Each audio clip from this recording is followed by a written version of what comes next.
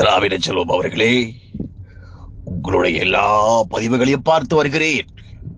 இன்றைக்கு நேற்றல்ல, கடந்த பல ஆண்டு காலமாக, அதுவும் டி.எம். சௌந்தரராஜன் என்கின்ற மாபெரும் இசைக்கலைஞன் பாட்டிசை வேந்தன், அவர் பாடலின் மீது உங்களுக்கு அப்படி ஒரு பிரமை, அப்படி ஒரு பக்தி, வேறு எப்படி சொல்ல வேண்டும்?